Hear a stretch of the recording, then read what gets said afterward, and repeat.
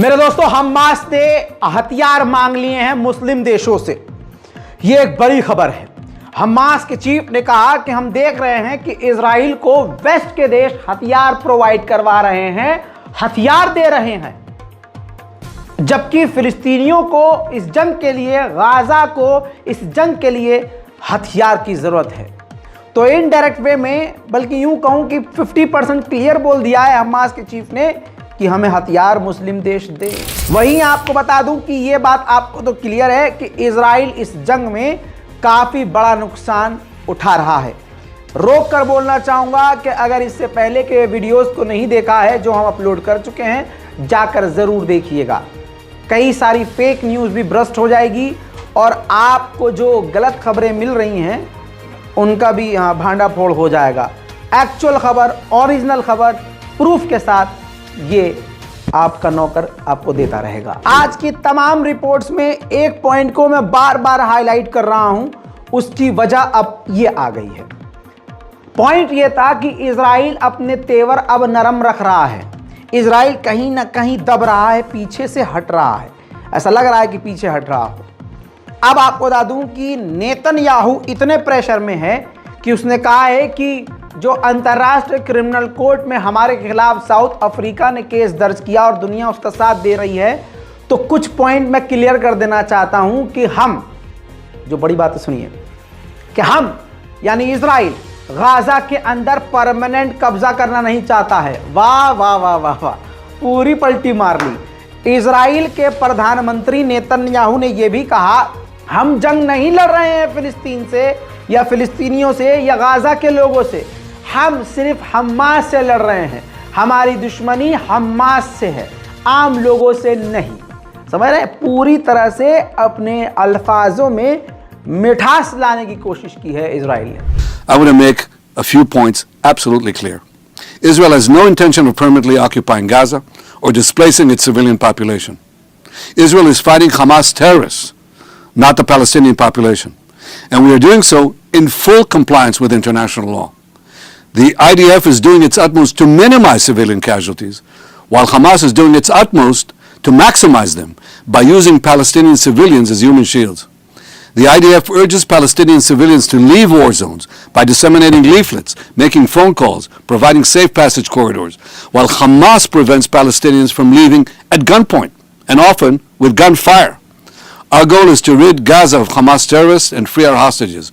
Once this is achieved, Gaza can be demilitarized and de-radicalized, thereby creating a possibility for a better future for Israel and Palestinians alike.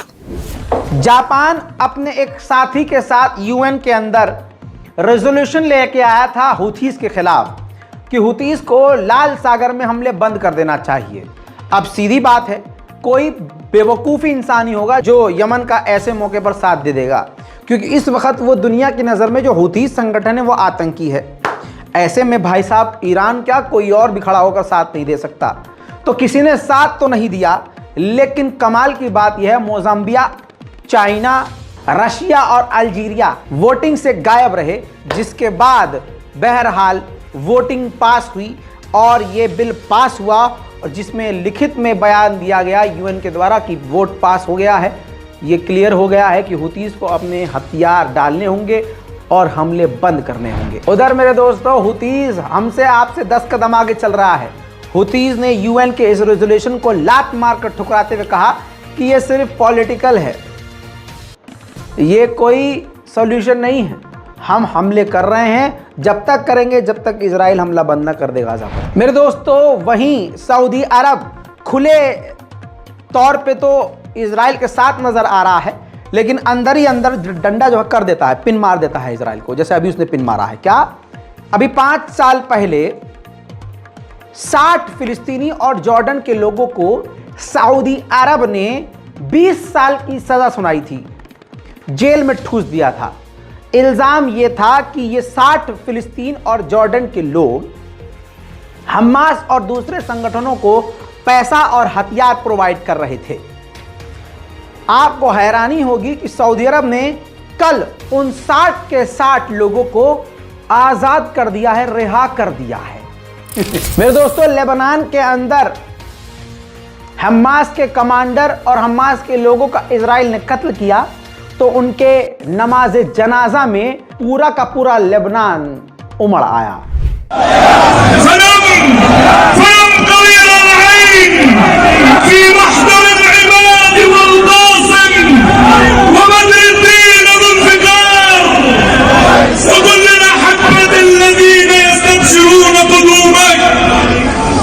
Yemen के हौथीस का खौफ इतना, माफ कीजिएगा, इतना है कि जो लाल सागर के आसपास जहाज भटक भी रहे हैं ना, अब अपने शिप पर वो लिख दे रहे हैं और नोटिफिकेशन में, यानी अपने शिप की जानकारी ऑनलाइन देते हैं, उस पर ऊपर ही लिख रहे हैं कि हमारा कोई ताल्लुक, इस जहाज का कोई भी ताल्लुक इजराइल से नहीं है। लीजिए, खुश हो जाइए।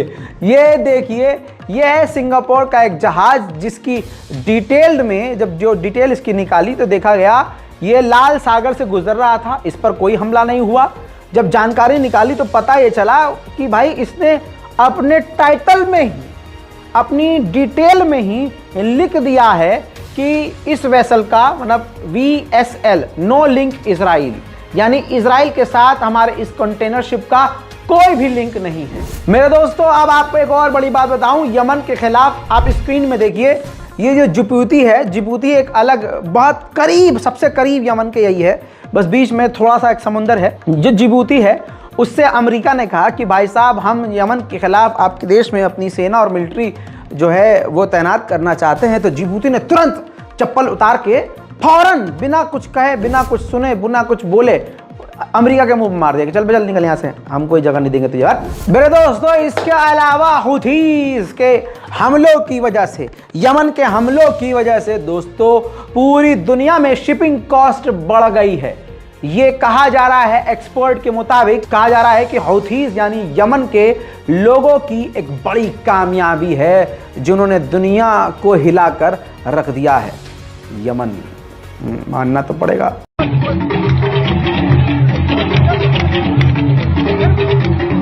वहीं यहूदी सेटलर्स के मिनिस्टर ने साफ कहा है चैनल पर आकर कि गाजा के लोगों का गाजा पे कोई अधिकार नहीं है, उनको वहां से निकाल देना चाहिए। हमारे यहूदी सैकड़ों लोग तैयार हैं गाजा के अंदर जाकर रहने के लिए। I'm working day and night.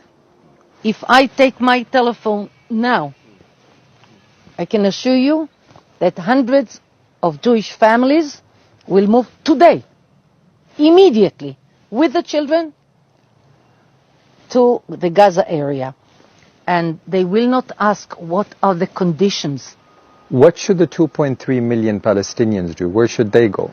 To the world. The Palestinians that live in Gaza have no right. ये ससुरे इजरायली दूसरों को मारते मारते अपनों को भी मार देते हैं। टनल्स के अंदर बमबारी करते हुए, बम फेंकते हुए इजराइल के 6 सैनिक खुद ही वासिले जहन्नम हो गए।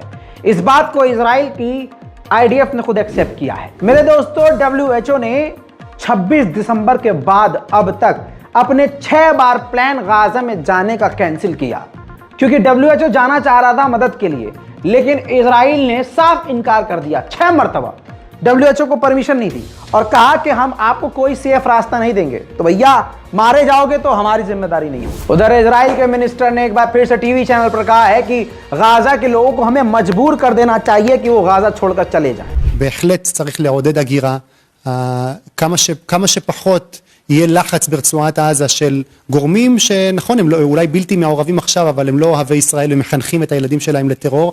הייתי רוצה, והיינו רוצים לראות, ודיברנו על זה בישיבות ממשלה. זה לא אגב, אין מדינות שרוצות לקלוט אותם, אף אחד לא רוצה, גם אם נשלם להם הרבה מאוד כסף. הגירה מרצון זה דבר חשוב, אין בו שום פגיעה בזכויות אדם, וגם המלחמה הזאת צריכה להימשך, וכשהיא נמשכת זה גורם... אז למרות מה שאנחנו שומעים בו, אתה אומר, כן לעודד הגירה מרצון, כן זה הפתרון. לעודד הגירה מרצון, וגם כופין אותו עד שיאמר רוצה אני. איך? המלחמה עושה את שלה. बहरहाल इस रिपोर्ट में इतना ही। जल्द लौट रहा हूं अभी बड़ी जानकारियों के साथ, तब तक के लिए जय हिंद।